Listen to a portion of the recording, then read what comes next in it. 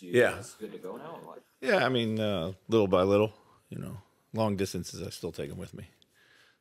Ant said this morning that he wants to be more aggressive, Yeah. get more shots. Do you think that's the right approach for him right now after the first two? Or? Yeah, I think so. Definitely. And, we also talked about what that means and what that looks like. But we need him to be way more aggressive, get to the paint, get to the heart of the defense. I thought he started the game really in the right way the other day, and just needs to continue playing like that for 48. What's your message been to Carl over the last 48 hours in terms of what you need out of him? Yeah, the message has been simple. Ant, you gotta speed it up. Cat, you gotta slow it down. It's pretty simple, really.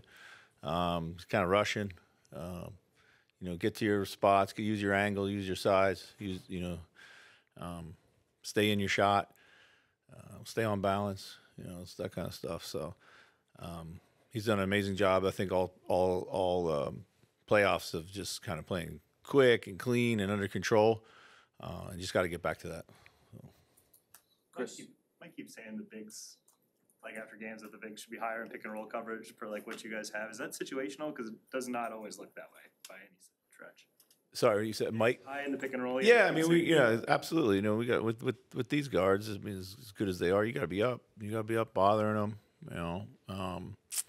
Whether you're up and you stay up, or whether you're up and you're getting back, you got to be up. Just being able to turn the corner too easily, and then at that point they get you on their hip. They kind of freeze you. They freeze everybody, and they're too good.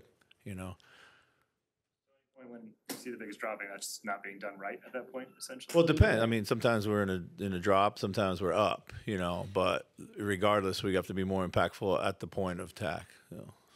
Chris, understanding that the lobs came in different ways to Gafford and Lively. Yeah. Is there a general thing you guys can do tonight to limit that or take that away a little bit more? Yeah, I thought some of it was to what we just talked about. Ball gets downhill too easily.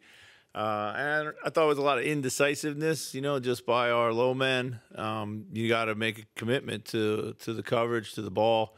Then we got to, if you're indecisive, then the guy covering you up is going to be indecisive. So we just got to be way more committed to guarding, the ball or the next play. So is some of that though based the indecisiveness because of what Luka is capable of doing? Oh, for sure. I mean, you get when he's able to get, and Kyrie, when they're able to get that deep, then they're the one playing the cat and mouse game and not the other way around, which is normal for a drop big. So, Chris, not to dwell on game two, but more so look ahead if this scenario comes up again in the series.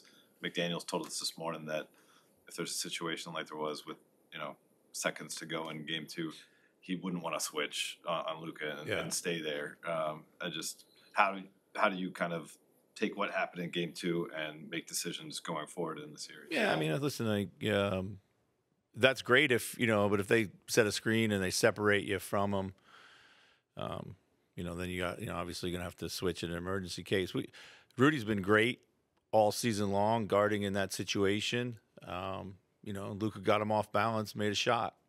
Our plan was to try to get him inside the line, and we weren't able to do that. So, ideally, you always want to keep your best, individual matchups on people if you can. But we trust Rudy in that situation. So, if it presents itself again, I don't know. Maybe we stay. Maybe we double. Maybe we switch again. So, pressure on the ball has been a staple of your defense all season. Is it complicated by how well Luka and Kyrie can both look at what's going on and also their handle? I mean, you're not going to take it from those guys, so that's for sure. I think we've been a little undisciplined at times trying to reach, and we've taken ourselves out of position and allowed them to get into the paint unnecessarily. I mean, they're hard enough to keep out of the paint as is, but when they're able to just kind of go right by us, then they have all that distance to read the next play. I think the ball pressure has to be of a mentality like that. It's going to be consistent. It's going to be there, but not in the mindset we're going to be super disruptive or turn them over like maybe the last couple series. Chris, Jaden's had a couple of drives and dishes to Rudy. Yeah. Do you see, is that a little part of his game that's growing or coming Yeah, together that you can build off of there? Yeah, we saw that a bunch last year. This year not so much. I think a lot. Rudy's done a good job of getting behind their bigs, help uphill a lot. They're committed to the ball pretty aggressively. So there are avenues for us to find that, and Jaden's done a good job. So with AM playing obviously deeper into this playoffs than he ever has, and the games are every other day. yeah. What's the concern level about his endurance, his ability to have gas in the tank? Yeah. Especially if he is taking that Kyrie assignment. Yeah, I mean that's a great point. I think that's certainly a factor.